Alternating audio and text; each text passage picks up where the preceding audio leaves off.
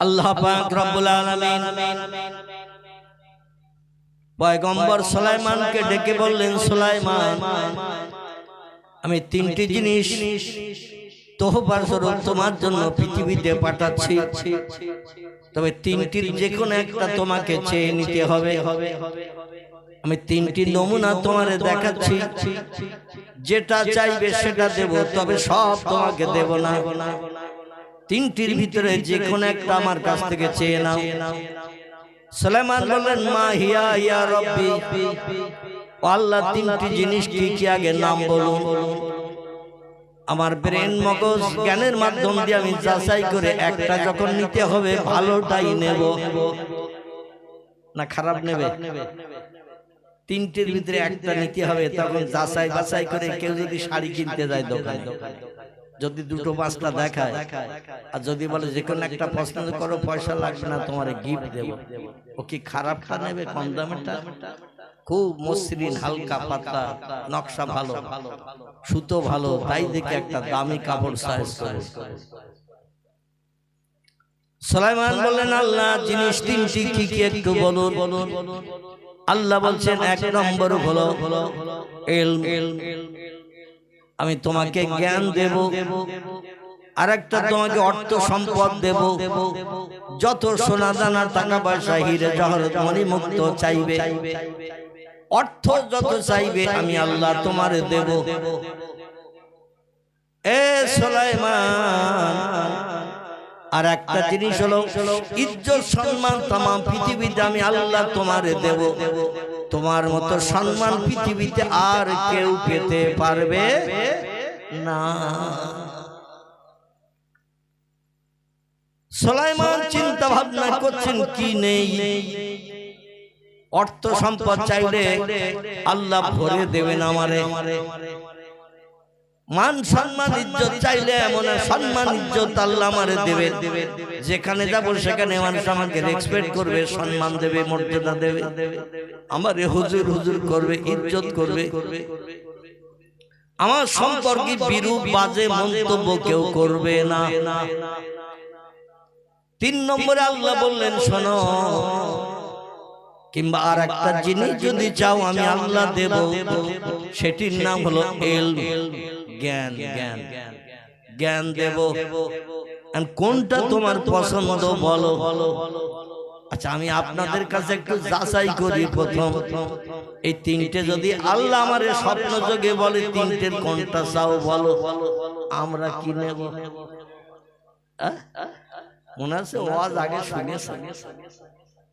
ওয়াজ যদি আগে না শুনে থাকতেন, শোনেন আল্লাহ, অধিকাংশ ব্যক্তি চাইবে সোনা দানা টাকা পয়সা হিরে মুক্ত, অল্প একটুখান জিনিসের দাম কোটি কোটি টাকা। এই সোনা দানা হিরে জহরত মণি মাণিক্য কাঞ্চন অর্থ লোভে আমরা পৃথিবীতে পাগল পারা হয়ে ঘুরি। দুই নম্বর, কিছু মানুষ চাই ইজ্জত সম্মান, আত্মসম্মান, মর্যাদা, পৃথিবীতে সুনাম সুজা সুখ্যাতি। অনেক মানুষ পৃথিবীতে চায় না। তিন নম্বরে হলো আল্লাহ বললেন, যদি তুমি চাও ওই দুটি জিনিস ল্যাপস করে আমি আল্লাহ তোমারে জ্ঞান দান করব। এখন বুদ্ধিজীবী যারা, চিন্তাশীল যারা, তারা কিন্তু অর্থ চাইবে না, ইজ্জত মান সম্মান চাইবে না, সুনাম সুজর সুখ্যাতি চাইবে না, তারা আল্লাহর কাছে চেয়ে বলবে ইলম, জ্ঞান। জোরে বলুন সুবহান। সুলাইমান একটু মাথা নিচু করে চিন্তা ভাবনা করে বলছেন, আল্লাহ আমি অর্থ সম্পদ চাই না, ও আল্লাহ মান সম্মান ইজ্জত সুনাম সুজা সুখ্যাতি আমি চাই না, আপনি আমাকে ইলম দান করুন, জ্ঞান দান করুন, আমি জ্ঞান চাই। আল্লাহ ডেকে বললেন, সুলাইমান তুমি এমন একটা জিনিস আমার কাছে চেয়েছো, ওই জিনিসের ভিতরে আর দুটো সঙ্গে জড়িত হয়ে আছে। আর একটু জোরে বলো। এমন একটা জিনিস আমার কাছে তুমি চেয়েছো, তুমি যদি ইলম জ্ঞান তুমি নাও, তাহলে ওর সঙ্গে মান সম্মান ইজ্জত জড়িয়ে আছে, সুনাম সুন্দর সুখ্যাতি জড়িয়ে আছে। একটা উচ্চ শিক্ষিত মানুষকে আমরা সম্মান দেই না, তারে সম্মান দেই, মর্যাদা দেই, তার সম্পর্কে ভালো ভালো সাধুবাদের কথা বলি। পৃথিবীর মানুষ শিক্ষিত ব্যক্তির একটা সুনাম করে। 2 নম্বরে যে লোকটা উচ্চ শিক্ষিত হয়, অর্থ সম্পদ তার পিছনে পিছনে ঘোরে না, ওই লোকটা অর্থের পিছনে ঘোরে। কথা বলে, ভুল হলে আমি আসি আর ঠিক হলে আলহামদুলিল্লাহ। তবে এই টিপটা পানি পড়ছে, পান্ডেলের আওয়াজ শুনতে পাচ্ছেন, এই পান্ডেলের ত্রিপলে পানি পড়ছে শোনা যাচ্ছে, কিন্তু আমি আপনাদের কথা শুনতে পাচ্ছি না। পানি পড়ছে টিপটা, কানে আওয়াজ পাচ্ছি বেশ ভালো, কিন্তু আমি এত জোরে মাইকে হাঁকতেছি, কিন্তু আপনাদের আওয়াজ তো মোটেই পাচ্ছি না। যে লোক ইলম অর্জন করে, জ্ঞান অর্জন করে, শিক্ষা অর্জন করে, এ লোকটা অর্থের পিছনে ঘোরে না, অর্থ তার পিছনে ঘোরে। আলহামদুলিল্লাহ, আলহামদুলিল্লাহ। শিক্ষিত ব্যক্তিরা অর্থের পিছনে ঘোরে না, অর্থ এদের পিছনে ঘোরে। শুধু বলে নাও নাও নাও, জোরে বলুন একটু সুবহান। আমার ভাইরা, এই সুলাইমান পয়গম্বর আপনাদের মতো রাজ দরবারে বসে আল্লাহ দেয়া জ্ঞান পাওয়ার কারণে, কারণ ইলম চেয়ে নিয়েছিলেন তিনি। এই জ্ঞান চেয়ে নেওয়ার কারণে আল্লাহ আসমানি জ্ঞান তারে দান করেছেন। সব থেকে সেরা জ্ঞান আল্লাহ একজন ব্যক্তিকে দিয়েছেন, তিনি কে? আলহামদুলিল্লাহ, আলহামদুলিল্লাহ। সব থেকে আল্লাহর তরফ থেকে সেরা জ্ঞানে জ্ঞানান্বিত হয়েছেন যিনি, তিনি হলেন পয়গম্বর মুহাম্মদুর রাসূলুল্লাহ। জোরে বলুন সাল্লাল্লাহু আলাইহি ওয়াসাল্লাম। 63 বছরের জিন্দেগিতে কোন ব্যক্তি প্রশ্ন করে আল্লাহর নবীকে ফেল করতে পারেনি। যখনই কোনো প্রশ্নের সম্মুখীন পয়গম্বর হয়েছে, নিজের ব্রেন মগজে এই প্রশ্নের উত্তর জ্ঞান নাই, তখন তিনি একটু মাথা নিচু করে কিংবা মাথাটা উঁচু করে আসমানের দিকে তাকিয়েছেন। এলা সামা, আকাশের দিকে একটু মাথাটা উঁচু করেছেন। উপরে কে আছেন? উপরে তার নিচে কে? আমাদের মেয়েরা বলে নিচে মা খাকি আর উপরে আল্লাহ। এই শুনেছেন? এই মেয়েরা বলে না, বলে না, এরকম বলে। মাঝে মধ্যে ছাদের উপরে ধান নেড়িতেছে, ঝমঝম করে পানি এসে বলে আল্লাহ চোখ নেই। আমি দুটো ধান নেড়ে দিয়েছি ছাদের রোদ দেখে, আর অমনি মেঘ দিয়ে ঝমঝম করে পানি, আল্লাহ চোখ নেই। কারো যদি একটা বাচ্চা পুকুরের পানিতে নাউজুবিল্লাহ ডুবিয়ে মারা যায়, সে বলে আল্লাহর বিচার নেই। অমুকে 3টে ছেলে একটা মরে গেল আর 2টো থেকে, তার আমার একটা ছেলে আল্লাহ তারে পুকুরের পানিতে ডুবিয়ে মেরে দিয়েছে। আচ্ছা, ঈমান থাকবে? থাকবে? আল্লাহ যেটা করেন সবই আমাদের মানিয়ে নিতে হয়। এই মানিয়ে নেওয়াটার নাম হলো ঈমান। জোরে বলুন একটু সুবহান। আমার ভাইরা, পয়গম্বর সাল্লাল্লাহু আলাইহি ওয়াসাল্লাম যে রাজসিংহাসনে বসে তিনি রাজত্ব পরিচালনা করতেন, জনগণের সুখ দুঃখের সমস্যার সমাধান করে দিতেন। এই রাজসিংহাসনটার ভিতরে মানুষ বসার জায়গা পেত 12,000। কতটা? 12,000 মানুষ পয়গম্বরের রাজসিংহাসনে উঠে বসার জায়গা পেত। তার সামনে যদি মজলিস হয়, আজকের স্টেজে কজন? স্টেজে তাহলে স্টেজে লোক বেশি না আপনারা বেশি? কি স্টেজে মাত্র আমরা 2 জন, আর আপনারা হলেন অগণিত। মোটামুটি 7খানের উপরে কি 2-5 জন কম বেশি হবে। আমি একটু তাকবীর দেই, জোরে আওয়াজ তোলেন দেখি। নারায়ে তাকবীর, নারায়ে তাকবীর।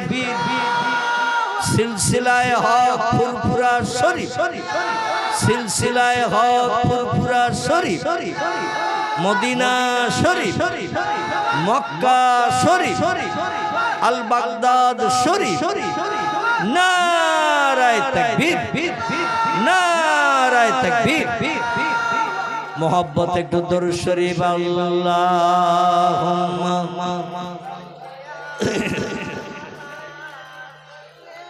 मौलाना मुहम्मद व अला आले सय्यिदिना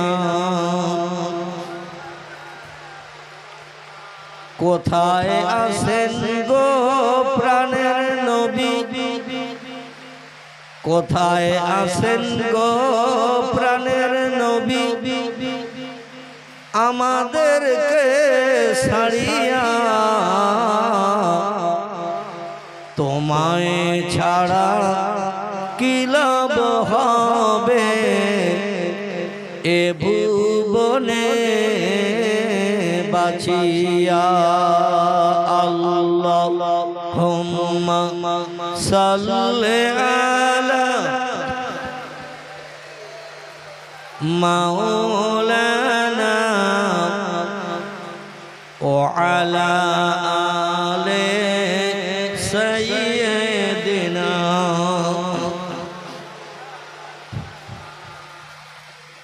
অসুবিধা হচ্ছে না তো কারো যদি কারো গায়ে পানি পড়ে সিয়ার টাকা পিছে করে নেবে কারণ ত্রিপলের যেখানে তো ছিদ্র টিদ্র আছে সেখান থেকে পানি পড়তে পারে যদি কারো গায়ে দুই এক ফোঁটা পানি পড়ে ত্রিপল ভেদ করে চেয়ার আগা পিছা করে নেবেন যত সময় বসার মতো পরিবেশ থাকবে ইনশাআল্লাহ তত সময় মজলিস চলবে বসার পরিবেশ যদি আর না হয় তাহলে আমরা আল্লাহর কাছে কামনা করব দোয়া করব ঠিক আছে তো নাকি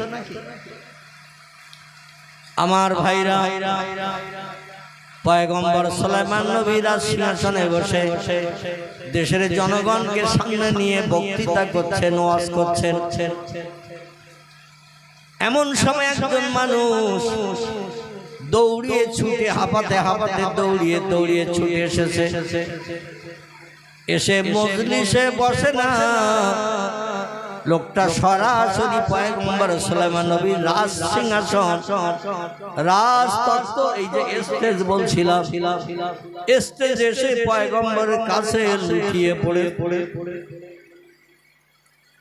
সুলাইমান বক্তব্য রাখছেন আগের যুগের মানুষ কথা বললে হাওয়ার মাধ্যম দিয়ে 2-1000 2-5000 10,000 20,000 মানুষের কানে আওয়াজ পৌঁছে যেত যেমন আমাদের ফুরফুরার বিশ্বাস আবু বকর সিদ্দিক আল কুরাইশি যার মতাদর্শের উপর আমরা বসবাস করি বা চলি দাদা হুজুর কেবলা আজীবন কাল খালি মুখে ওয়াজ করেছেন উনি মারা গেছেন যখন তখনও মাইকের আবিষ্কার হয়নি বোঝা গেল উনি মারা গেছেন যখন বাংলা 1347 সাল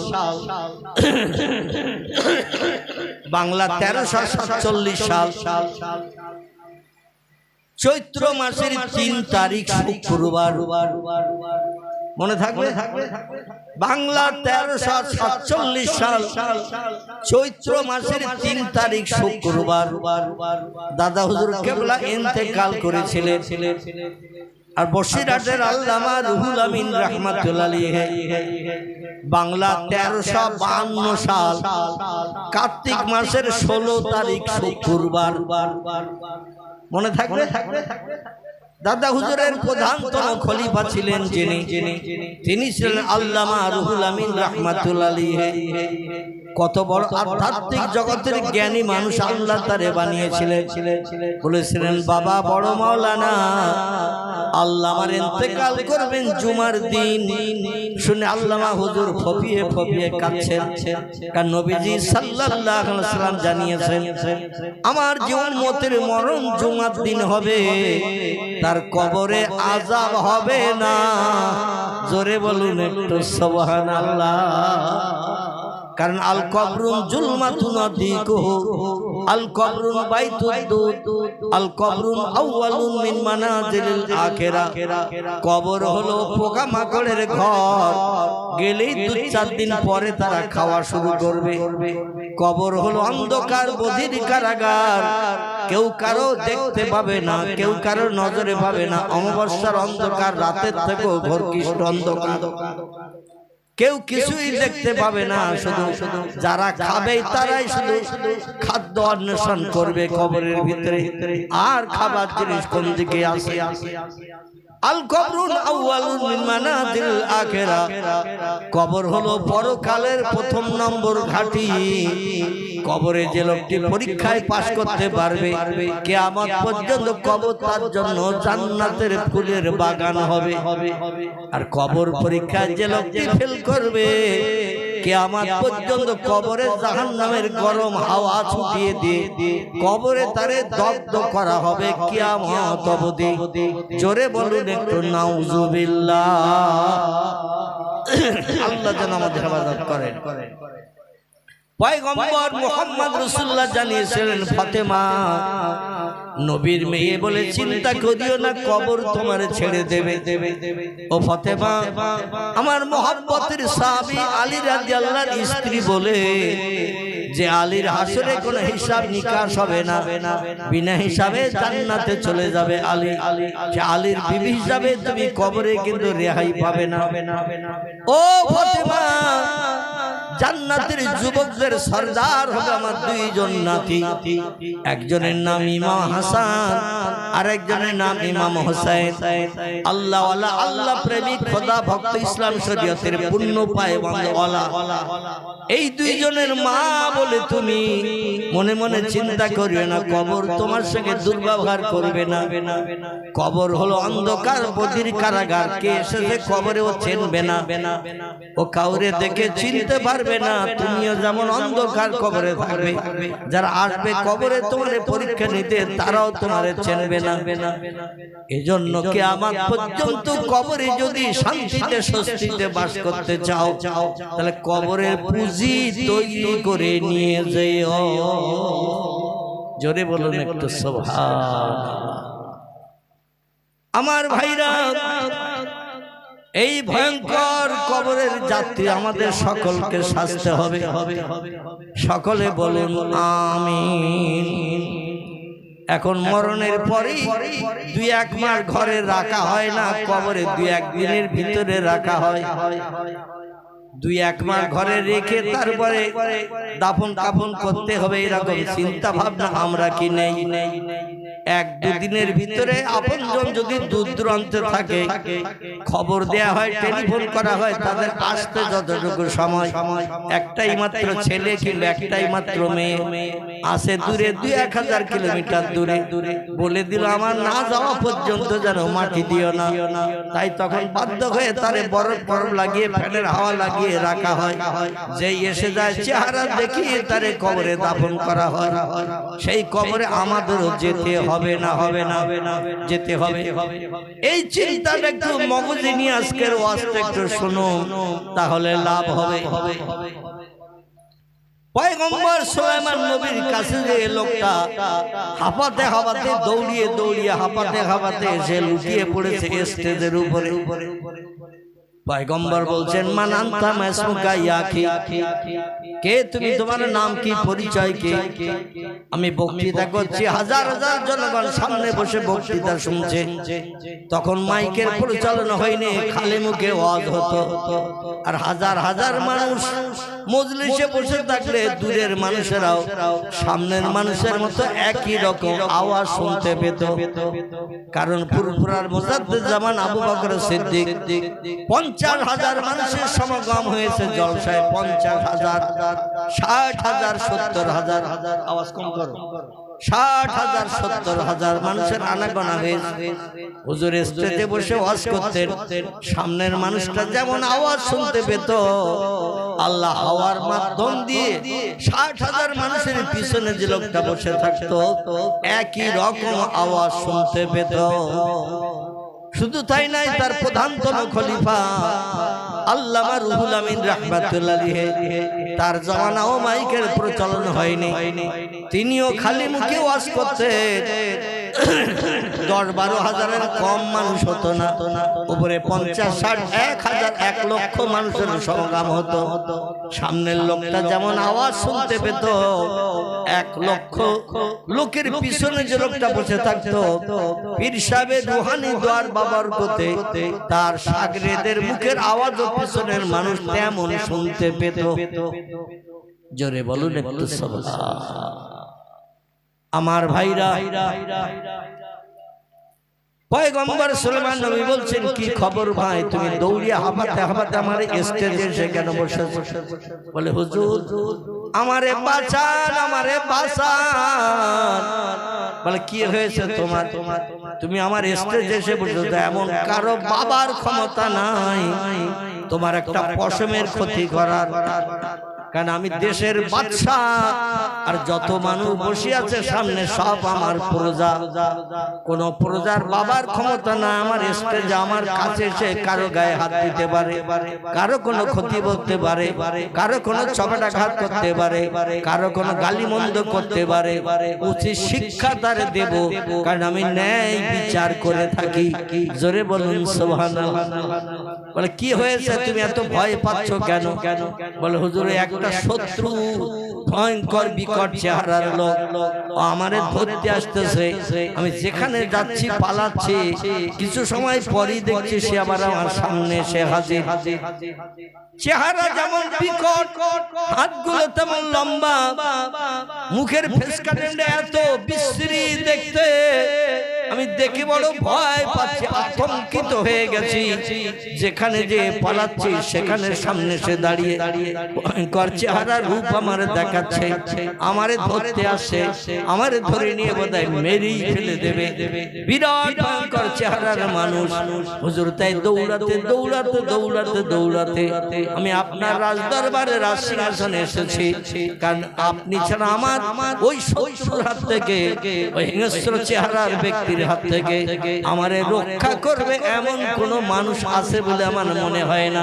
তা আপনার কাছে এসেছি হুজুর, আমার বিবি বিধবা হবে, সন্তান এতিম হয়ে যাবে, দুনিয়ার অর্থ সম্পদ ঘর বাড়ি যা আছে সব আমার হাতছাড়া হয়ে যাবে। লোকটা ধরে যদি একটাবার আষাঢ় দেয়, কিংবা আমার গলা টিপে ধরে, আমার নাক বন্ধ করে দেয়, দেহ থেকে প্রাণ বেরিয়ে যাবে। তার চেহারা আমি দেখছি বড় ভীত সন্তুষ্ট হয়েছি, ভয়ঙ্কর ভীত হয়েছি। আপনি অন্তত শত্রুর হাত থেকে আমারে বাঁচান। পয়গম্বর সুলাইমান বলছে, কোন দিকে শত্রু? বলে ওই তো আপনার কাছে এসেছে বলে আপনার কাছে আসছে না, আমি আপনার কাছে এসে বসেছি বলে আপনার কাছে আসছে না, তো ওই সামনে দাঁড়িয়ে আছে আর আমার ইশারা করে বলছে ওখান থেকে সরে যা, ওখান থেকে সরে গেলে আমি তোরে ধরবো, প্রাণ নাশ করবো। হুজুর এখন ওই শত্রুর হাত থেকে আমার নিষ্কৃতির ব্যবস্থা করে। পয়গম্বর সুলাইমান বলছে, বাবা এখনো আছে? বলে নাম হ্যাঁ। বলে এখনো যখন আছে তাহলে আমি একটু চেষ্টা করে দেখি, তুমি দেখতে পাচ্ছ আমি দেখতে পাচ্ছি না, আমি একটু দেখি কোন শত্রু কোন দুশমন তোমার আজ ক্ষতি করার জন্য, প্রাণ নাশের জন্য, তোমারে ধরে আষাঢ় মারার জন্য, জীবন নাশ করার জন্য সামনে সে ভয় দেখাচ্ছে। সুলাইমান নবী মাথা নিচু করে একটু টেলিফোন করেছেন আল্লাহর কাছে, একটু টেলিফোন করেছেন আল্লাহর কাছে। পয়গম্বরে যখন বিপদে পড়তেন, মুসিবতে পড়তেন, দুনিয়ার কোন মানুষের কাছে সাহায্য চাইতেন না, এরা সাহায্য চাইতেন আল্লাহর কাছে। আর আল্লাহ যদি কোনো ব্যক্তি সাহায্য করে, আর কারো সাহায্যের দরকার আছে নাকি? আছে আর কারো সাহায্য দরকার? আল্লাহ সাহায্যই হলো বান্দার জন্য এনাফ, যথেষ্ট। পয়গম্বর সুলাইমান বলছে, আল্লাহ আমি দেখতে পাচ্ছি না লোকটারে, কিন্তু আমার এই রাজসিংহাসনে যে এসে ভীত সন্ত্রস্ত, চোখ মোটা মোটা হয়ে গেছে, চেহারায় ভয়ের ছাপ দেখতে পাচ্ছি, এবং থরথর করে কাঁপছে, কাঁপুনিওয়ালা কাঁপছে, আর শুধু আমার কোলের ভিতরে যে ঘুষে ঘুষে পালানোর চেষ্টা করছে। আল্লাহ বিষয়টা কি আমাকে একটু জানান। আল্লাহ বললেন, ইযহাব ইয়া জিবরিল ইলা সুলাইমান, জিবরিল তাড়াতাড়ি তাড়াতাড়ি করে আমার পয়গম্বর সুলাইমানের কাছে যা।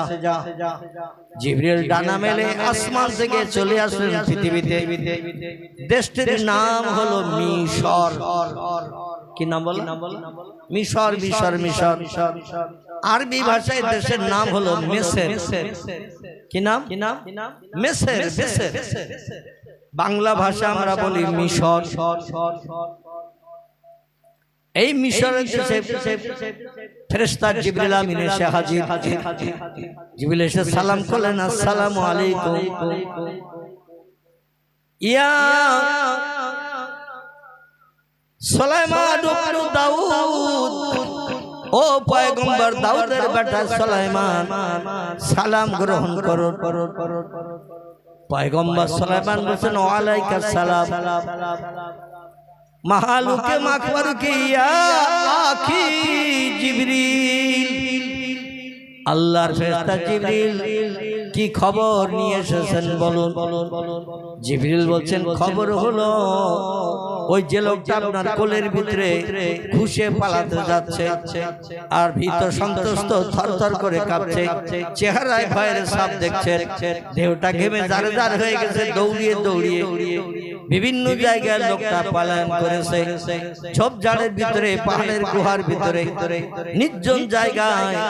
কিন্তু যেখানেই পালাক না কেন ওই শত্রু নামক যে লোকটার কথা বলছে, ও লোকটাকে আপনি তো দেখেননি আর দেখার সুযোগ নাই। আপনার সঙ্গে দেখা ওই লোকটার একদিন হবে যেদিন আপনি দুনিয়ার মোহমায়া পরিত্যাগ করবেন। ওই লোকটা হলো আজরাইল। জোরে বলুন একটু সুবহানাল্লাহ। আপনার এখনো পৃথিবীতে হায়াত আছে, এই জন্য আজরাইলের সঙ্গে আপনার সাক্ষাতের কোনো বালাই নাই। তবে যেদিন পৃথিবীর মোহমায়া পরিত্যাগ করবেন, ওই লোকটার সামনে যেমন এসে দাঁড়াচ্ছে, আপনার সামনে ওই রকম আজরাইল সেদিন দাঁড়াবে। তবে যারা আল্লাহওয়ালা, আল্লাহ প্রেমিক, খোদা ভক্ত, খোদা প্রেমিক হয়, এদের কাছে আজরাইল আসেন ভালো চেহারা নিয়ে।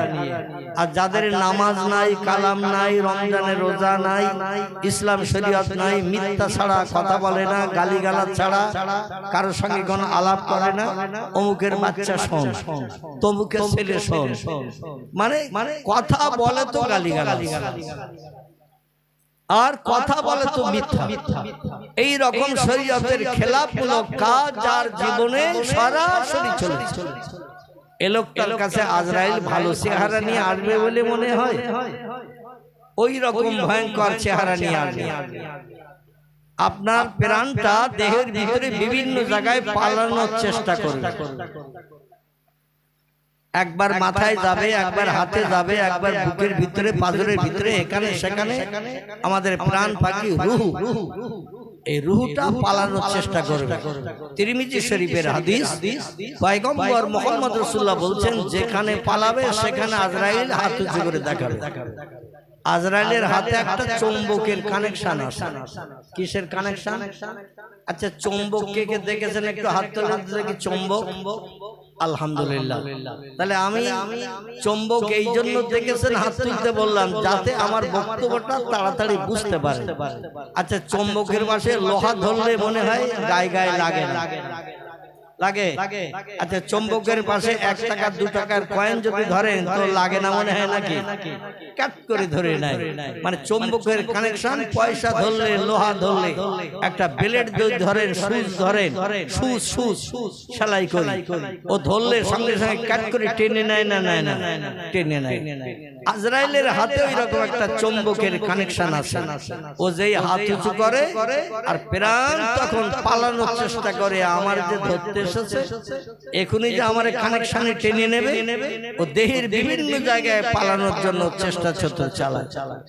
যেখানে পালায় সেখানে দেখে ওই তো সেই হাত আসছে। তখন পালাতে পালাতে বাম পায়ের কড়ি আঙুল কিংবা বুড়ি আঙুল, দুটি তত্ত্ব এসেছে, বাম পায়ের কড়ি আঙুল কিংবা বুড়ো আঙুল, মোটা আঙুল আর একটা ছোট আঙুল, এই আঙুলের মাথায় যে হাজির হবে, মানে একেবারে অঙ্গ প্রত্যঙ্গ ঘুরিয়ে ঘুরিয়ে পায়ের আঙুলের মাথায় যে হাজির হবে, আর ওইখানে যে হাজির হবে আজরাইল তখন হাতটা দেখিয়ে দেবে প্রাণের কাছে, সঙ্গে সঙ্গে চমকের কানেকশনের মতো ওই পায়ের আঙুলের মাথা থেকে প্রাণটা বার করে নিয়ে দেহটারে অচল করে দেবে। জোরে বলুন সুবহানাল্লাহ। আমার ভাইরা,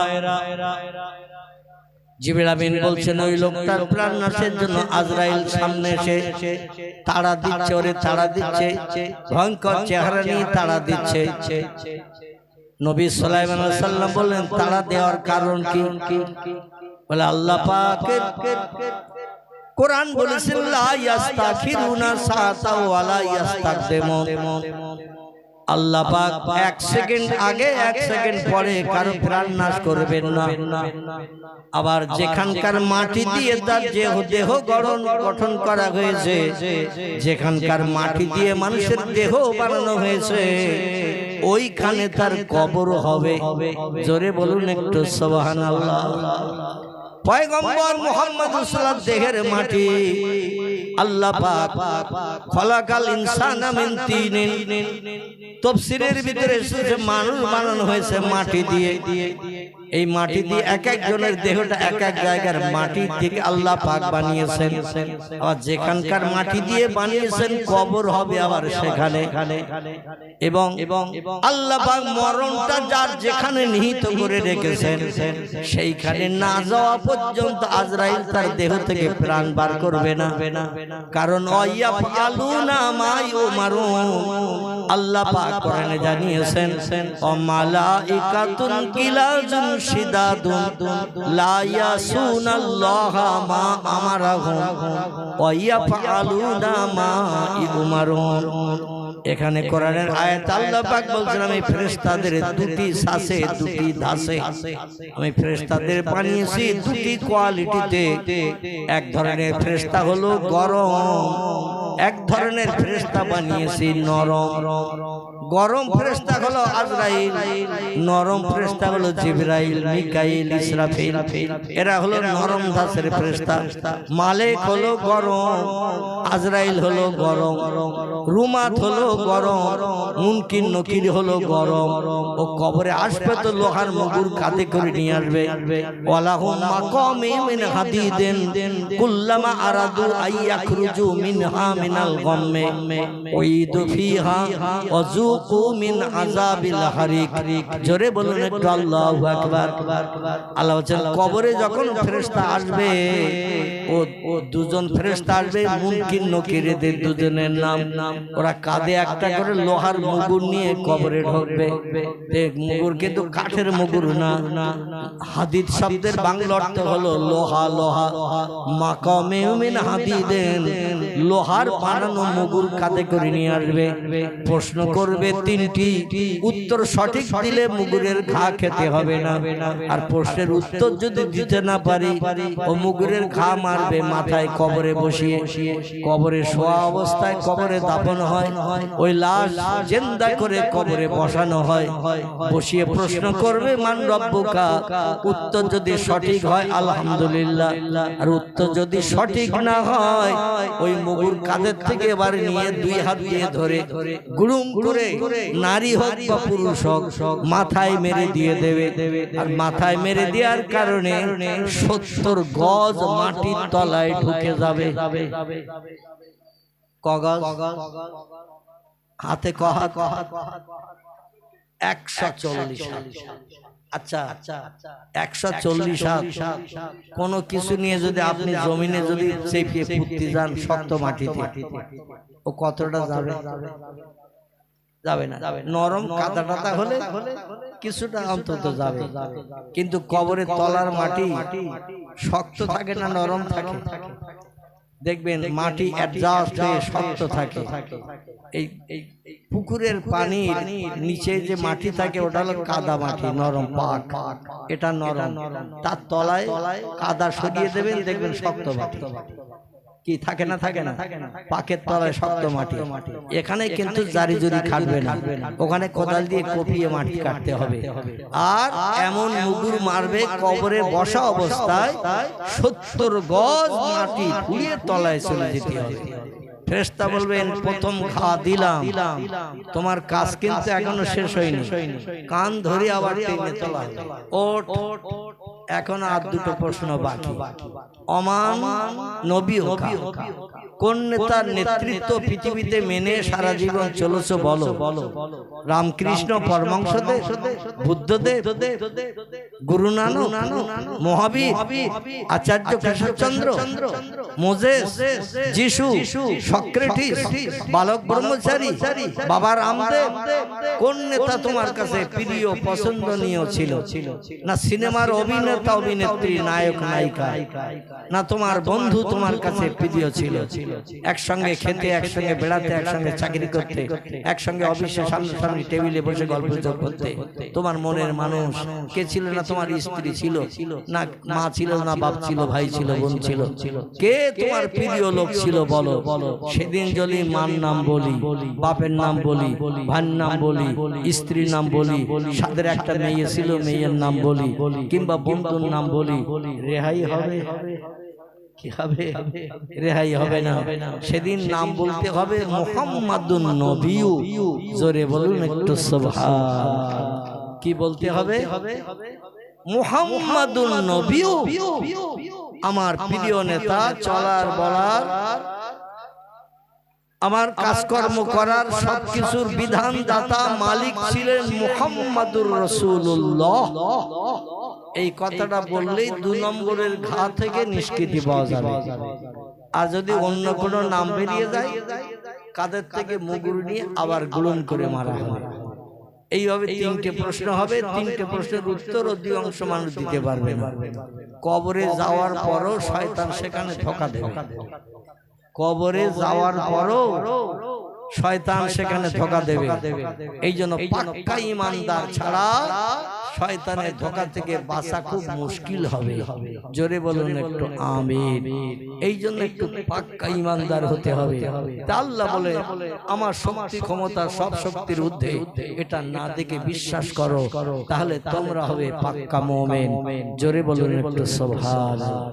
পয়গম্বর সুলাইমান শুনলেন জিবরিল আমিনের কাছে, বলে লোকটার মরণ হবে চীন দেশের অমুক জায়গায়, ওইখানে তার মরণ আল্লাহ তকদিরে লিখে রেখে দিয়েছে।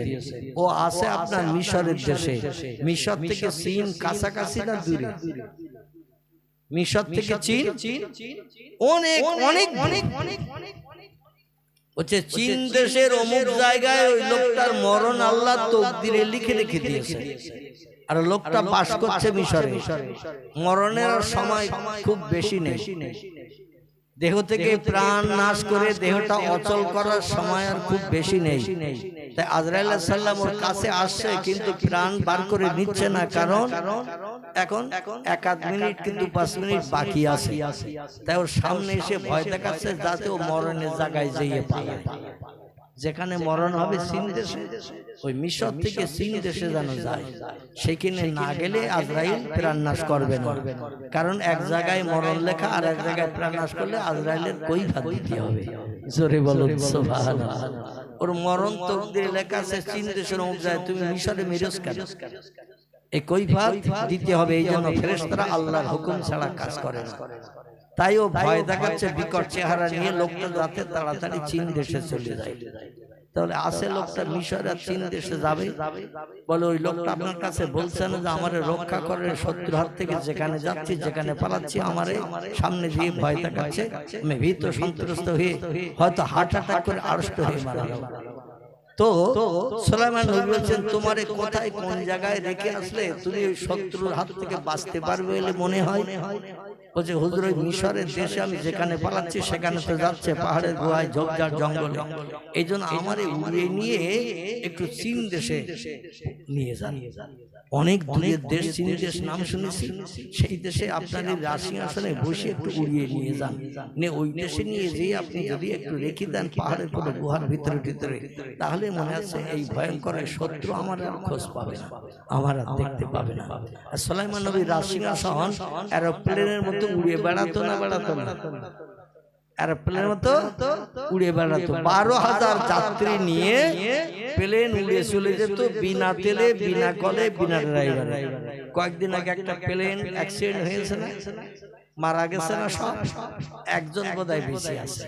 যাই হোক, আল্লাহর কি কুদরতি মহিমা, একজন বেঁচে আছে, তার থেকে তথ্য নিচ্ছে আমাদের ভারতের প্রধানমন্ত্রী, রাষ্ট্রপতি, এটা ওটা অনুষ্ঠান। যাই হোক, 200 কতজন যাত্রী ছিল, 70, 75, 80 জনের মতো, সব প্রাণনাশ করেছে। যাই হোক, আগুন ধরে দিয়ে সব পুড়িয়ে ছারখার হয়ে গেছে।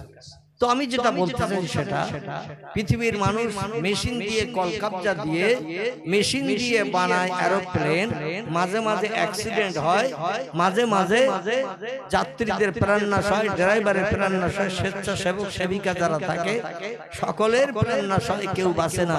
আচ্ছা, সুলাইমান নবীর রাজসিংহাসনে একটা মানুষ মারা গেছে এমন কোন তথ্য আছে কেতাবে? একটা মানুষ মারা গেছে কোন তথ্য কেতাবে না। কারণ নিশ্চিন্তে হাওয়ারে ডেকে বলতেন, হাওয়া আমার রাজসিংহাসনে উড়িয়ে নিয়ে যায়। হাওয়া পর্যন্ত আল্লাহ তারে বশ করে দিয়ে দিয়েছিল। তো এই হাওয়া তারে উড়িয়ে নিয়ে চলে যেত 12,000 যাত্রী সময়। তাহলে এই প্লেনটা একটু ছোট প্লেন বলে মনে হয়? আপনাদের নেকো খাসদোয়ার বাবার কাছে আল্লাহ পাক 3টে বছর প্লেনে ওঠা আমার বন্ধ ছিল। এই 2025-এর কার্তিক মাসের 2 তারিখ থেকে আমি প্রথম প্রোগ্রাম শুরু করেছি। তারপরে গত চৈত্র মাস রমজানের শেষে আর বৈশাখের বোধহয় সম্ভবত 12-13 তারিখের মধ্যে কয়েকবার আসামও গেছি, কয়েকবার ত্রিপুরাও গেছি প্রোগ্রাম করতে। এবছর এমনকি বাংলাদেশেও গিয়েছিলাম বৈশাখের 20 তারিখে, ফিরেছি 25 তারিখে। 4 দিনের মতো বাংলাদেশ প্রোগ্রামও করে এসেছি। তো যেটা আমি বলতে চাচ্ছি সেটা ওই 180, 85, 190 জন করে যাত্রী ধরে সচরাচর স্বাভাবিক পেলে 180, 85, 90, মানে 3টে করে সিট, 2টো লাইন, মাঝখানে একটা পথ। যে প্লেন গুলো 2টো করে সিট, মাঝখানে একটা পথ, ওতে খুব বেশি যাত্রী ধরে না। কিন্তু 3টে করে সিট আছে, 2 ধারে 2টো লাইন, মাঝখানে একটা পথ, এতে 180, 85, 90 পর্যন্ত ধরে। আবার এমন বড় বড় প্লেন আছে, যেমন যে প্লেন আমি হজ পাঠিয়ে গিয়েছিলাম 2002 সালে, সেই প্লেনে ছিল 3টে লাইনের সিট, আর এক এক লাইনে 3টে করে সিট, 3টে লাইন, মাঝখানে 2টো পথ। তো এ মাথা থেকে ও মাথা নজরে দেখা যাচ্ছে না, এত লম্বা। যাই হোক, 700, 750 মতো যাত্রী এক একটা প্লেনে নিয়ে গেছে হসপিটালে। প্লেনটার নাম লেখা ছিল আগ্রা। কি নাম বললাম? আগ্রা। আমাদের উত্তরপ্রদেশ আছে না, আগ্রা তাজমহল, ওই আগ্রার নাম লেখা ছিল। তো 700-800 যাত্রী ধরবে একটা প্লেনে, এ মাথা থেকে ও মাথা দেখতে পাওয়া যায় না। আর যার রাজসিংহাসনে বসে 12,000 লোক যায়, তাহলে ওটা কেমন আকারের হবে মোটামুটি একটা আইডিয়া করলে বুঝতে পারবে। ওই রাজসিংহাসনে বসে হাওয়ারে ডাক দিলে, হাওয়া এই লোকটা সব শত্রুর হাত থেকে নিষ্কৃতি পাবে, যাতে প্রাণনাশ করতে না পারে, ক্ষতি করতে না পারে। এই জন্য হাওয়া তুমি উড়িয়ে নিয়ে চলো, আমার রাজসিংহাসনে লোকটা নিয়ে চীন দেশে চলো। হাওয়া যেই বলেছেন, হাওয়ার সঙ্গে সঙ্গে পয়গম্বর সুলাইমান সমেত লোকটারে নিয়ে উড়িয়ে নিয়ে চলে যাচ্ছে।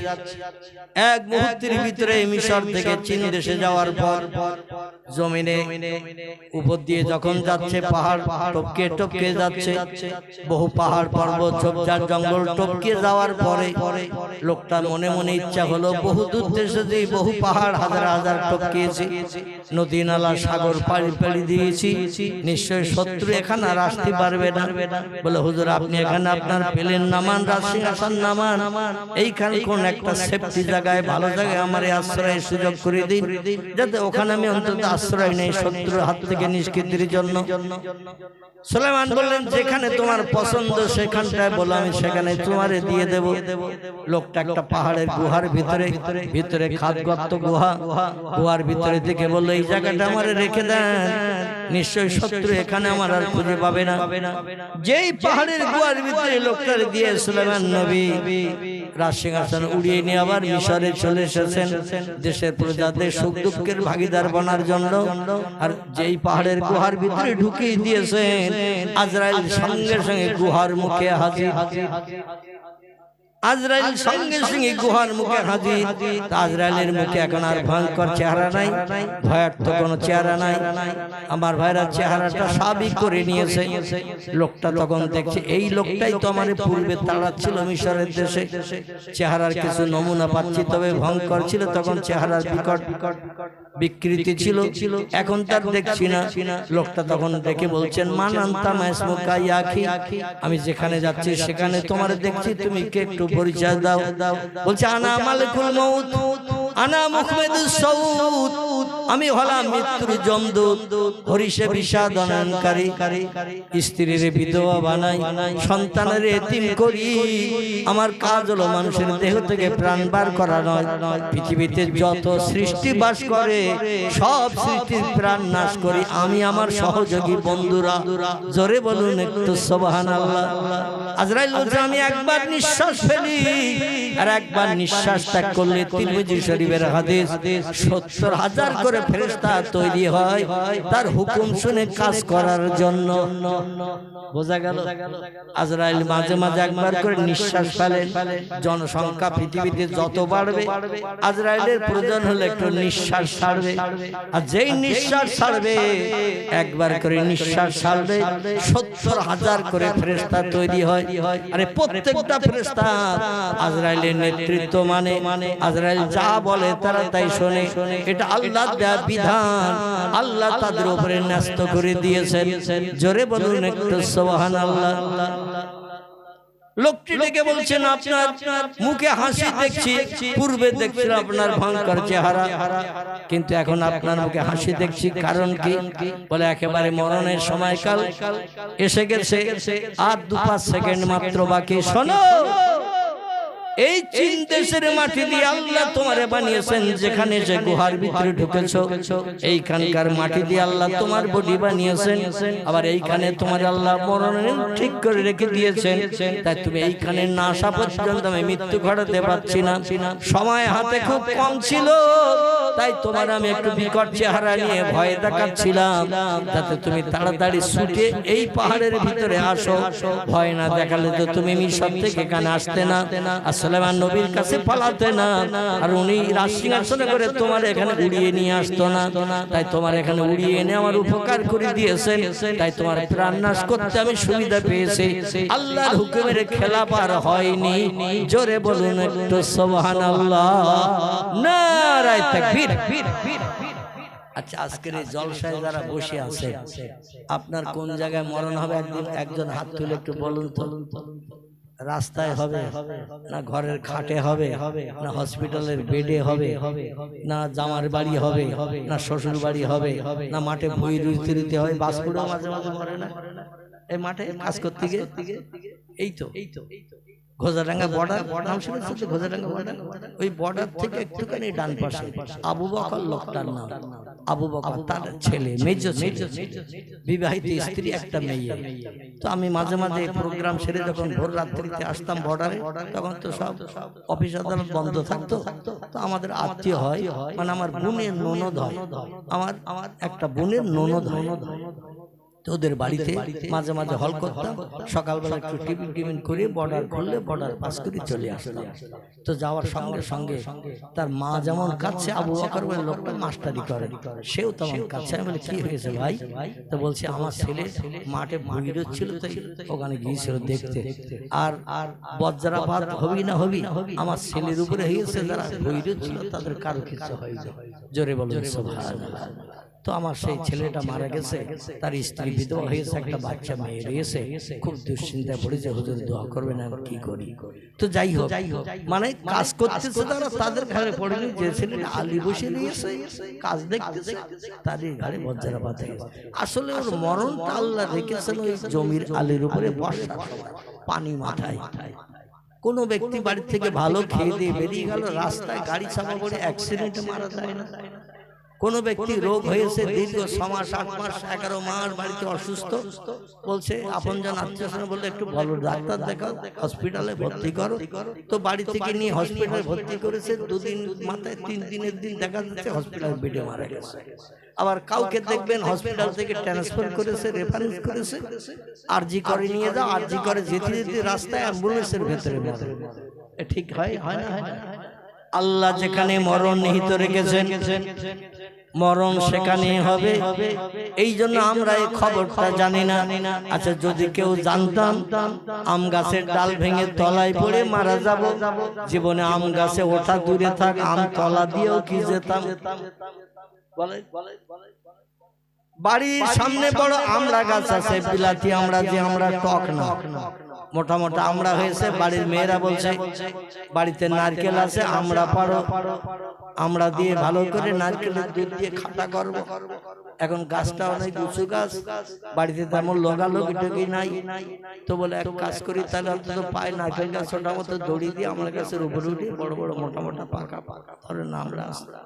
এখন ডালের মাথার দিকে আমরা ঝুলতেছে থলি থলি, একটা ডাল ধরেছে আর একটা ডাল দিয়ে একটু আমরা থলির দিকে গেছে। আমরা ডাল শক্ত না হালকা হালকা হালকা, পায়ের ডালটা ভেঙে গেছে, মাথাটা ধরা ছিল এক হাতে, সঙ্গে সঙ্গে ওটাও ভেঙে তলায় পড়েছে। কিসের শব্দ হলো? বাড়ির মেয়েরা নারকেলের দুধ দিয়ে একটু খাটা খাবে, আমরা খাটা খাটা খাওয়া মাথায় উঠে গেছে, শব্দ হয়েছে, বেরিয়ে দেখে খোকার বাপ পড়ে গেছে। বলে তাড়াতাড়ি অন্তত যাদের 4 চাকা গাড়ি আছে ডাক, তাড়াতাড়ি হসপিটাল নিয়ে চল।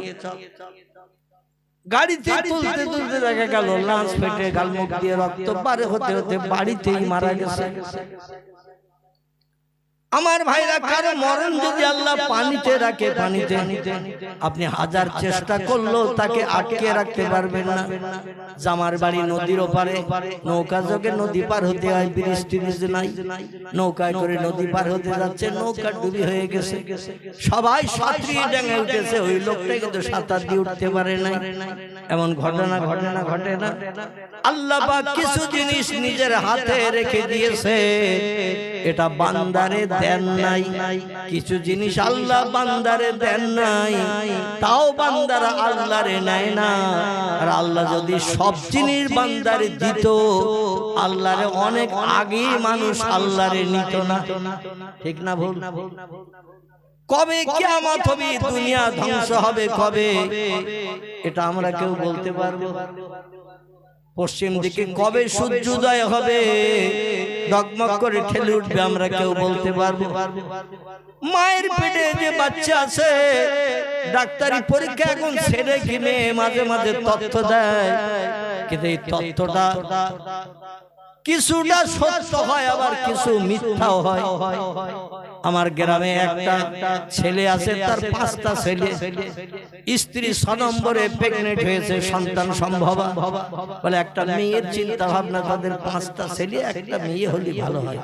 তো 6 নম্বরে আল্লাহ তার স্ত্রীকে প্রেগনেন্ট করেছে। প্রেগনেন্ট হওয়ার পরে মেয়েদের প্রতি মাসে মাসে যে রোগটা হয়, রোগ বন্ধ হয়ে গেছে, মানে সন্তান সম্ভবা হয়েছে। এটাই নমুনা টপ করে বোঝা যায়। যতদিন প্রতি মাসে মাসে রোগ হবে তখন প্রেগনেন্ট থাকবে না, যখনই প্রতি মাসে মাসে রোগটা সেরে যায় তখনই বোঝা যায় প্রেগনেন্ট হয়েছে। 2 মাস 4 মাস হয়েছে, স্বাভাবিকের থেকে পেটের একটু উচ্চতা বেশি, বলে একটু পরীক্ষা নিরীক্ষা কর। আবার ছেলে হলে ঘর বাঁধবো কোনে, জায়গা দেবো কোনে, জায়গা জমি তো তেমন কিছু নেই। আবার ছেলে 5টা, আরেকটা হলে তো 6টা হয়, 6টা ছেলের ঘর বাঁধার জায়গা নেই। আবার তাদের ভবিষ্যৎ জীবনে সুখ দুঃখের জন্য আমার তো অর্থ সম্পদ নেই, চল ডাক্তারের কাছে পরীক্ষা করতে যাই। আমাদের বসিরহাটে, আমার গ্রামের তো বসিরহাটে ডাক্তার দেখাতে নিয়ে গেছেন, নাম তার বলছি না। বসিরহাটে ডাক্তার দেখাতে নিয়ে গেছে, বিজ্ঞানী পরিকল্পনা মেশিন দিয়ে যাচাই করে বলছে পেটে আওয়াজ। ডাক্তার কি বলতে, 5 নম্বর ছেলে, পরস্পর ছেলে, 5টা ছেলে, 6 নম্বরে তোমার স্ত্রী পেটে আবার ছেলে। বলে আবার ছেলে হবে, যে দুশ্চিন্তা সেই দুশ্চিন্তা। স্ত্রী বলছে আছে যখন তো আর নষ্ট করবো না, আল্লাহ যখন ছেলে দিয়েছে হোক। স্বামী বলছে তুই যা করিস তাহলে তাই হোক। 9 মাস 10 দিন কাল অতিবাহিত যেই হয়ে গেল, সবাই চিন্তা ভাবনা করে আবার ছেলে হবে, 5টা ছেলে 6টা হবে। বাচ্চা ডেলিভারি হলো যেদিন দেখা গেল একটা মেয়ে। কি হয়েছে আমার ভাইরা? 6 নম্বরে হয়েছে মেয়ে। মেশিনও মাঝে মাঝে ফেল করে না, করে না? মেশিনও মাঝে মাঝে ফেল করে, কিন্তু আমার আল্লাহ পাকের কোনো কাজে কোনোদিন ফেল হয়? ফেল হয়? আল্লাহর কাজে কোনোদিন ফেল হয় না।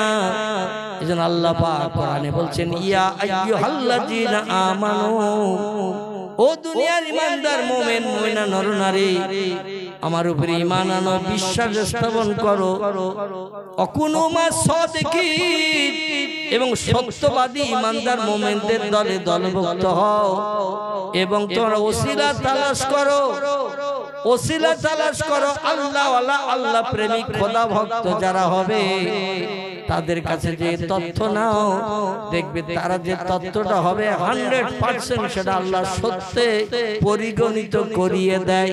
জোরে বলুন একটু সুবহানাল্লাহ।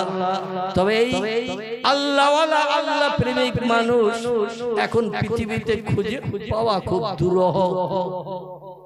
ঠিক বললাম না?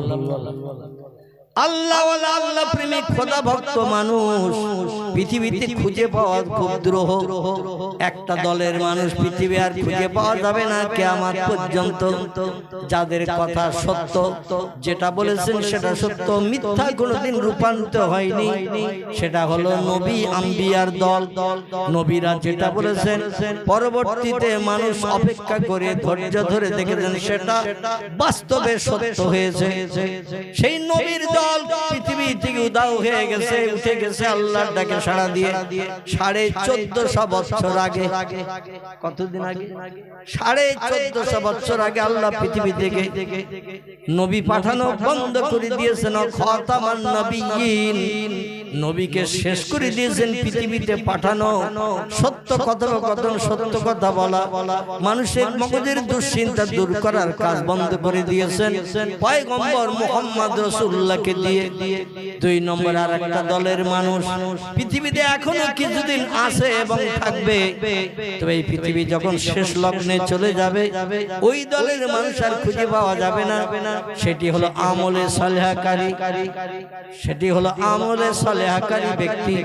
এদের আরবি নাম বলা হয়েছে ওলি আউলিয়ার দল। জোরে বলুন একটু সুবহানাল্লাহ। আল্লাহ বলছেন, মান আমানা বিল্লাহি ওয়াল ইয়াউমিল আখির ওয়া আমিলা সালিহান। খুব ভালো করে শুনেন। আল্লাহ বলছেন, আমার উপরে যারা না থেকে বিশ্বাস করলো, ঈমান স্থাপন করলো, ওয়াল ইয়াউমিল আখির, পরকাল বলে একটা লম্বা জিন্দেগি আমি বানিয়ে রেখেছি। দুনিয়ার জিন্দেগি 10,000 বছর, 15,000, 20,000 বছর যদি পৃথিবীর বয়স হয়, পরকালের জিন্দেগিটা কিন্তু কোটি কোটি বছরের জিন্দেগি।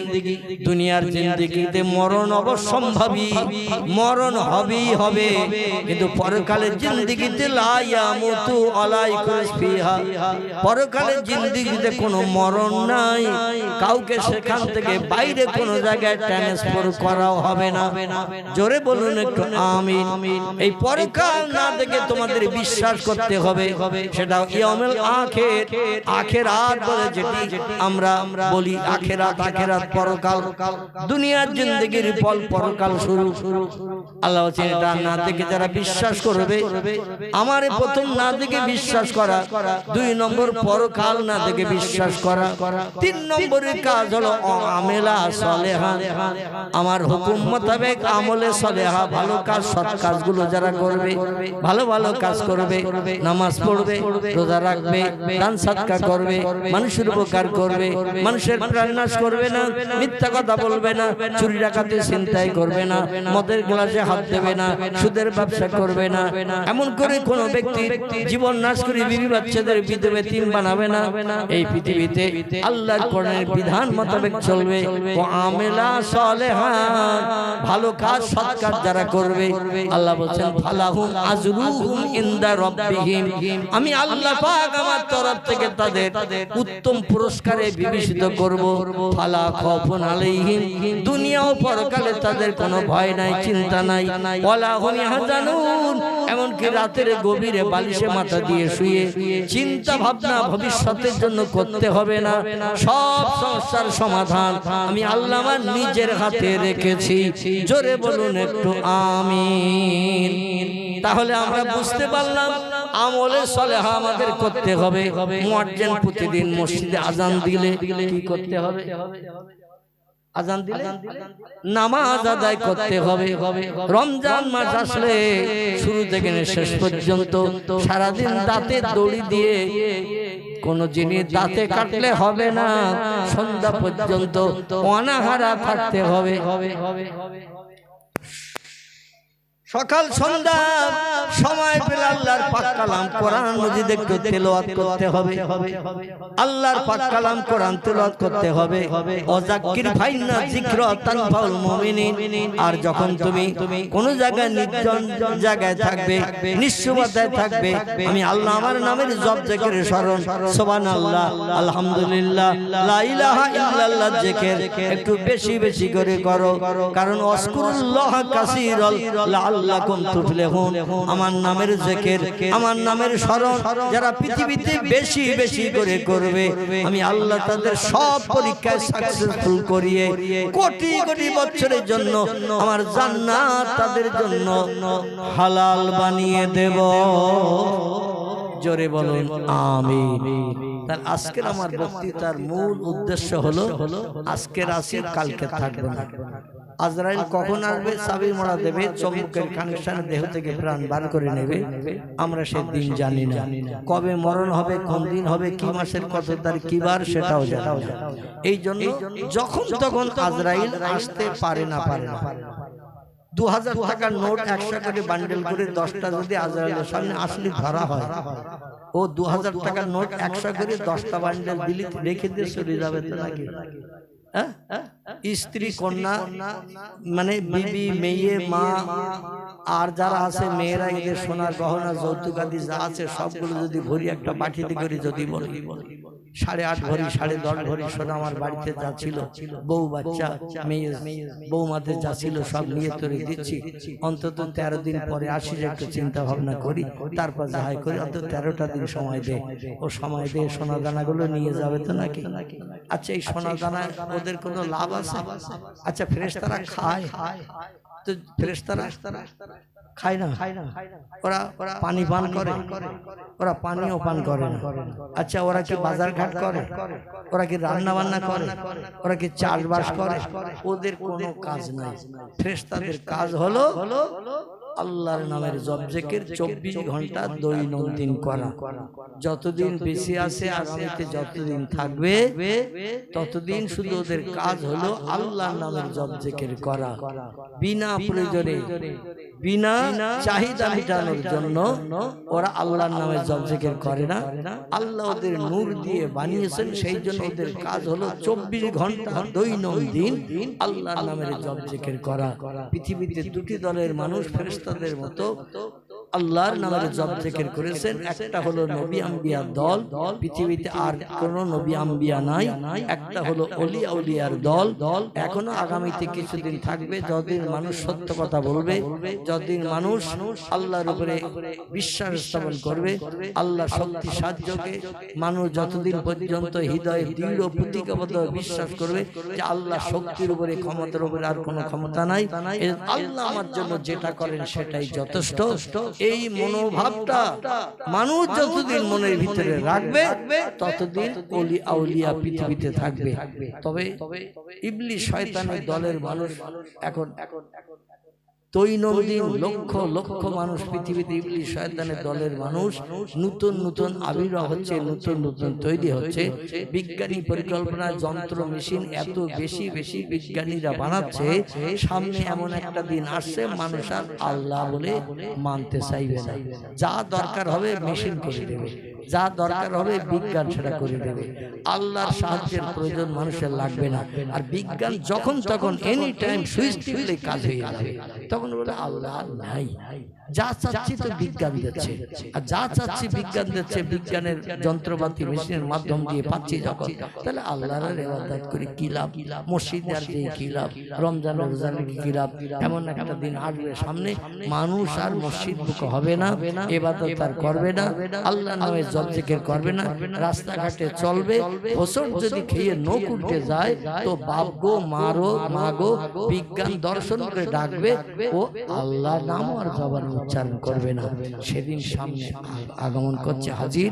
আর এই সামনে আগমন হওয়ার আগে আল্লাহ যেন আমাদের ঈমানি হালাতে পৃথিবী থেকে বিদায় করিয়ে কবরে যাত্রীদের সঙ্গে আমাদের সকলকে একই যাত্রী বানান। সকলে বলুন আমিন। নাম মফিজুর রহমান সাহেব ধোবাবাড়িয়া। এই গ্রামে আমার মনে হয় আজ প্রথম না, আগে এসেছে অনেক দিন আগে, মাঝখানে অনেকদিন ল্যাব হয়ে গেছে। আমারও যেমন বছর তিনিকের মতো ল্যাব ছিল অসুস্থ হওয়ার কারণে। যাই হোক, তো অনেক দিন আগে এসেছে।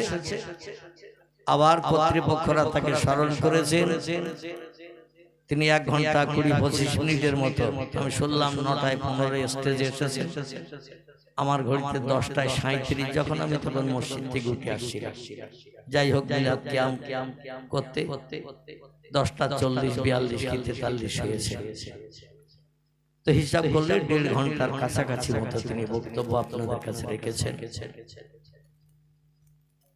আমি কোরআনে পাক থেকে তারই উপলক্ষ করে, কারণ নতুন মুখের নতুন কথা শুনতে চিনির রসের মতো লাগে। কিসের রস? কথা বলে চিনির রসের মতো লাগে, মানে মিষ্টি লাগে। তো কিছু মানুষ তার নতুন মুখ নতুন কথা শোনার জন্য কিছু মানুষের আগমন বেশি ঘটেছে। আর আমি তো এই গ্রামে আসা যাওয়া করছি কম বেশি 40 বছরের মতো। কথা বললাম 40 বছরের মতো, 2-1 মাস কম বেশি হবে। তো তিনি যদি না আসতেন, আমার ধারণা এই বর্ষা মাথায় নিয়ে এত মানুষ হয়তো আসতেন। কারণ হুজুরের অস্ত রোজ শুনি, আবার শুক্রবারও তো 20-25 মিনিট, আধা ঘন্টা বক্তব্য শুনি। যারা মসজিদে নামাজ পড়তে যায় প্রতি জুমার দিন 25-30 মিনিট, আধ ঘন্টা 40-45 মিনিট, 2-1 দিন প্রতি সপ্তাহে অধমের কণ্ঠের আওয়াজ মানুষের কর্ণকুহারে ঢোকানো হয়। সংক্ষেপ, যিনি পৃথিবীর মোহমায়া ছেড়ে কবরে কবরস্থ হয়েছেন, আমাকে খুব ভালোবাসতেন, মহব্বত করতেন, স্নেহ করতেন তিনি, যার কারণে তিনি তার আপনজন সন্তানদের এমন কথা বলে গিয়েছিলেন, আমি মারা গেলে মাওলানা সাহেবকে দিয়ে জানাজা পড়াবে, কবর জিয়ারত করাবে, দোয়া করাবে। কিন্তু আমি খুব অসুস্থ থাকার কারণে তার জানাজা অ্যাটেন্ড করতে কি পেরেছি না পারি নাই। তখন খুব অসুস্থ ছিলাম। তো কর্তৃপক্ষ ছেলেরা তার মায়ের কথা মর্যাদা রক্ষার্থে গত বছর আমি অধম আমাকে দিয়ে আরো বক্তারা ছিল, ওয়াজ নসিহত করেছেন, শেষ দোয়া করলাম দাঁড়িয়ে দাঁড়িয়ে। আল্লাহ পাক তার মায়ের কবরকে যেন জান্নাতের বাগান বানিয়ে রাখেন, জীবনের অপরাধ ক্ষমা করে দেন। যেখানে কবরস্থ হয়ে আছে পার্শ্ববর্তী সমস্ত কবরস্থ ব্যক্তিরা শান্তিতে সুখে কিয়ামত পর্যন্ত কবরের স্থানে বসবাস করার সুযোগ পান, এ কামনা আমরা আল্লাহর দরবারে করি। সকলে বলুন আমিন। আসুন আজকেরও দোয়া হবে, তবে আল্লাহর কাছে আমরা একটু তাকবীর ধ্বনি দিয়ে আল্লাহর নামের আওয়াজ তুলে এই কামনা করলাম। আল্লাহু আকবার ধ্বনি বলেছেন তো নাকি? এই জন্য আপনাকে দিয়ে আল্লাহর নামের আওয়াজ তুললাম। আল্লাহ যেন আজকে রাত দাঁড়িয়ে দোয়া না করায়, বসা অবস্থায় দোয়া করা। আর বসা অবস্থায় দোয়া করাটা হলো সুন্নাত। কি বললাম? নবীজি সাল্লাল্লাহু আলাইহি ওয়াসাল্লাম যখন দোয়া করতেন, মজলিসে বসা অবস্থায় দোয়া করার নিয়ম আছে। আবার অনেক সময় ইস্তেসকার নামাজ পড়লে দাঁড়িয়ে দাঁড়িয়ে দোয়া করতে হয়। ইস্তেসকা বোঝেন তো? এই বোঝেন না? বোঝেন না? যদি না বোঝেন তাহলে বলবেন, আর বোঝেন যদি সেটাও বলবেন তাহলে আমি আর দ্বিতীয়বার বলবো না। বোঝেন? কিচ্ছু বুঝতে পারছি। হ্যাঁ, একটু আওয়াজ এসেছে। ইস্তেসকা বলতে যখন আসমানে মেঘ জমে না, শুধু প্রচন্ড রৌদ্রতাপ থাকে, পুকুর ঘাট শুকিয়ে যায়, জীবজন্তু হাইফাই হাইফাই করতে থাকে, গাছপালা অনেক জায়গায় শুকিয়ে যায়, এই সময় একটা নামাজ আছে, এই নামাজটির নাম হলো ইস্তেসকা। এই নামাজে দোয়া করতে হয় আল্লাহর দরবারে পানি কামনা করে, হাত তুলে দাঁড়িয়ে দাঁড়িয়ে। জোরে বলুন সুবহানাল্লাহ। মনে থাকবে তো? এবার কোনদিন জিজ্ঞাসা করলে যেন বলবেন না যে জানি না। ঠিক আছে তো? তখন দাঁড়িয়ে দাঁড়িয়ে আল্লাহর কাছে হাত তুলে, এমন কি কাঁধের নিচে হাত তুলে দোয়া করা বসে হলো উত্তম, মুবাহ বা মুস্তাহসান, কিন্তু এই দোয়াটা কাঁধের উপরে হাত তুলে করতে হয়। পয়গম্বর অনেক সময় বদরের যুদ্ধে, ওহদের যুদ্ধে, পয়গম্বর যখন সাহাবীদের নিয়ে ইসলামের প্রথম যুদ্ধ হয়েছে, পয়গম্বর যুদ্ধের মাঠে হাঁটতে হাঁটতে, দাঁড়িয়ে থেকে হাঁটতে হাঁটতে দোয়া করেছেন কাঁধের উপরে হাত তুলে। জোরে বলুন সুবহানাল্লাহ। এমন ভাবে হাত উঁচু করেছেন পয়গম্বর, দোয়া করছেন, আল্লাহ আমার সেনা সৈন্য 313 জন। কজন? 313 জন। আর বেঈমানদের সেনা সংখ্যা হলো 1000। কতটা? 1000। তাই 313 জনের ক ডবল হবে? 3 ডবল না 3 ডবলের বেশি? 300 হলে 3 ত্রিকে 9, কিন্তু ওরা সংখ্যা 1000। তাহলে 3 ডবল না 3 ডবলের বেশি? 3 ডবলের বেশি। তো রাসূল হাত তুলেছিলেন সেদিন কাঁধের উপরে নয়, আরো উঁচু করে হাত তুলেছিলেন। এমনকি পয়গম্বরের কাঁধে এইরকম একটা রুমাল চাদর ছিল। কি ছিল? চাদর ছিল, চাদর। সেই চাদরটা এত উঁচু করে হাত তুলেছেন, চাদরটা পিছন দিক থেকে সরে গেছে। পিছন দিক থেকে সরে যে চাদরটা পিছনের ধুলার সঙ্গে লেগে গেছে, মানে হাত উঁচু করার কারণে চাদর নেমে গেছে কাঁধের থেকে, পিছন দিকে ধুলা মেখে রাসূল হেঁটে যাচ্ছেন দোয়া করতে করতে, আর ধুলায় চাদরটা ঘিসড়ে ঘিসড়ে যাচ্ছে। আচ্ছা, চাদর ঘিসড়ে ঘিসড়ে গেলে ওতে ধুলা বালি লাগবে না? লাগবে না? লাগবে কি না? লাগবে। কারণ এক জায়গায় দাঁড়িয়ে থাকলে হয়তো যেখানে পড়েছে সেখানে একটু আধা লাগতে পারে, আর যদি হেঁটে যায় তো অনেক ছেলেরা আমাদের দেখবেন এমন পাইপ্যান পরে, মানে পায়ের পাতার তলায় অন্তত 4 ইঞ্চি ঝোলে। খিদিরপুরে নেই, কারণ এখানকার ছেলেদের নামে বদনাম দেব না। এমন পাইপ্যান পরে, মানে প্যান্ট যারে বলা হয়, এই প্যান্টটা পায়ের পাতার তলায়, গোছের তলায় অন্তত 4 আঙ্গুল বেশি থাকে। শরীয়তের বিধান হলো পায়ের এই যে গিট আছে এর বলা টাকনু। কি বলা হয়? টাকনু। এই যে গিরো, এই গিরোর উপরে পড়তে হবে পাইপ্যান। লুঙ্গি পরেন, পায়জামা পরেন, প্যান্ট পরেন, যাই পরেন, পায়ের গিটের উপরে পড়তে হবে। গিটের নিচে নেমে গেলে ওটা হারাম হবে। আরে হারাম পোশাক পরিধান করলে ওই পর্যন্ত গিটুর নিচে যেগুলো যেই ঝুলে যাবে ওগুলো আল্লাহর জাহান্নামের আগুনে জ্বালিয়ে দগ্ধ করা হবে। অঙ্গের ওই জায়গাগুলো জ্বালিয়ে দগ্ধ করা হবে। আল্লাহ আমাদের হেফাজত করুন, সকলে বলি আমিন। আর যখন নামাজ আদায় করতে যাবে, পায়ের এই টাকনুর গিটের নিচে কাপড় নেমে গেলে নামাজ মাকরুহ হবে, নামাজ আল্লাহর দরবারে কবুল হবে না। এই জন্য যখন নামাজে দাঁড়াবেন তাকবীর তাহরিমা বেঁধে লুঙ্গিটা দেখবেন গিটের নিচে গেছে কিনা, পায়জামাটা গিটের নিচে গেছে কিনা, কিংবা প্যান্টটা গিটের নিচে কিনা। তবে কিছু ছেলে চালাক আছে, নামাজে যখন যায় দেখেন 3 ভাঁজ করে পায়ের দিকে গুটিয়ে নেয়। কিছু ছেলেরা আছে, ওই 2 রাকাত 4 রাকাত ফরজ নামাজ হয়ে গেছে, এখন তো মসজিদে ফরজ ছাড়া আর সুন্নত নফল আর কিছুই হচ্ছে না। মানে অধিকাংশ জায়গায় শেষে ইমাম সাহেব দোয়া করার জন্য বাচ্চা ছাড়া আর বয়স্ক মানুষ পাচ্ছে না। শেষে তিরমিজি শরীফের হাদিস, আবু দাউদ শরীফের হাদিস, ইমামের জুমার দিন মেহরাবে যেয়ে বসা থেকে নিয়ে ইমাম যত সময় মেহরাব থেকে উঠে না যাবে তত সময় পর্যন্ত আল্লাহ তার রহমতের দরজা খুলে দিয়ে রাখেন। ইমাম যে দোয়া করেন ওই দোয়ায় যত মানুষ শরীক হবে আল্লাহ পাক তাদের জন্য দোয়াটা কবুল করে তাদের জীবনে সুখ শান্তি, দুঃখ দুর্দশা, বিপদ আপদ, বালা মুসিবত সব দূর করে দিয়ে দেবে।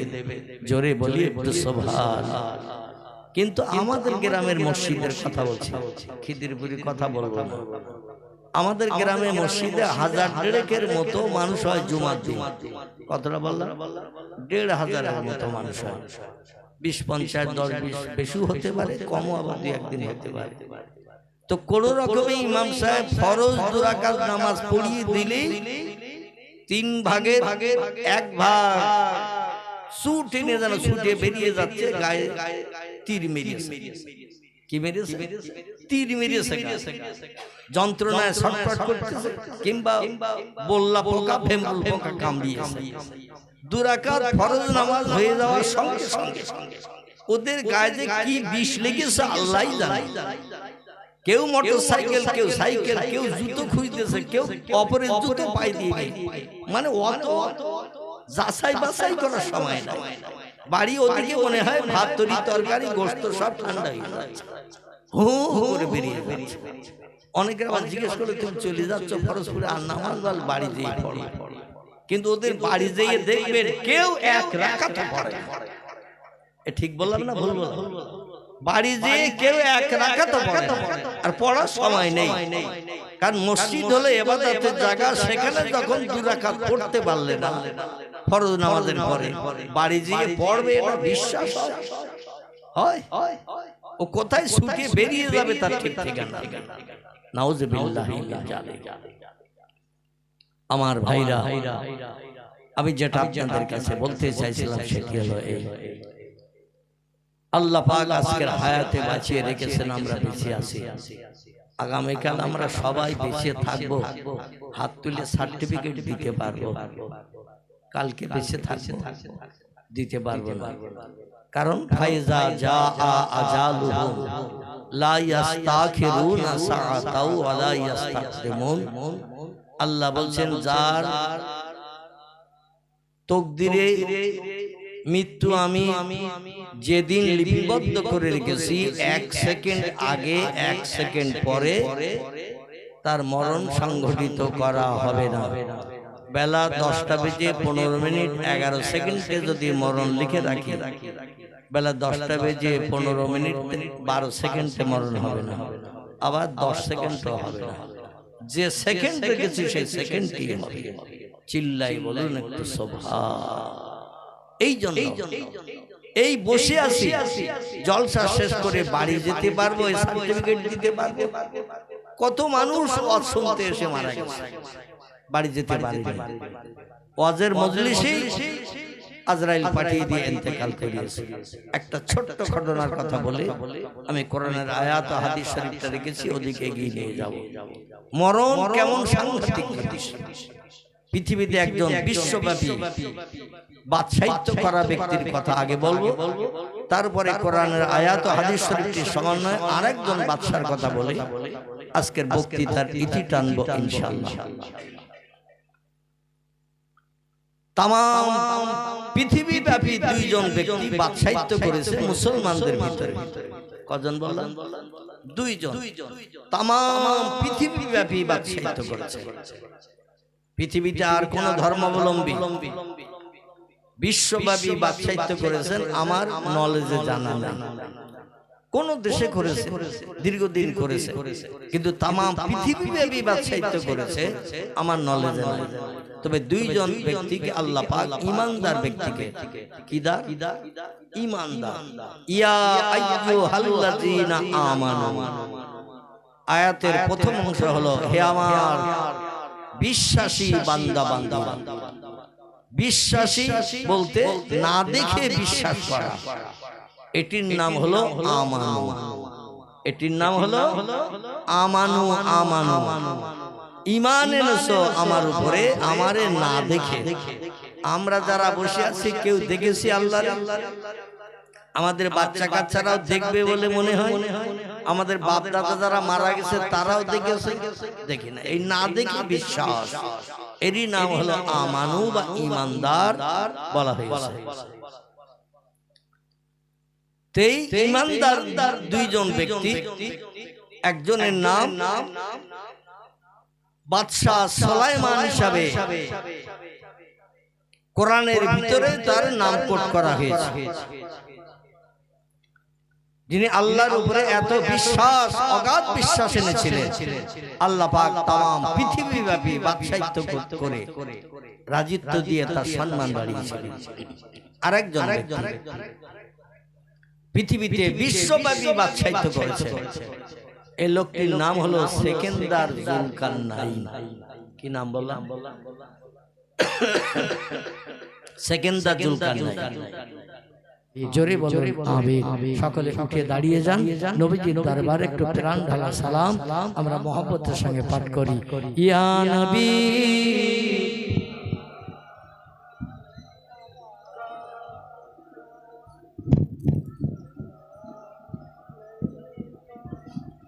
ইয়া হাবিব সালামুন আলাইকা সালাতুল্লাহ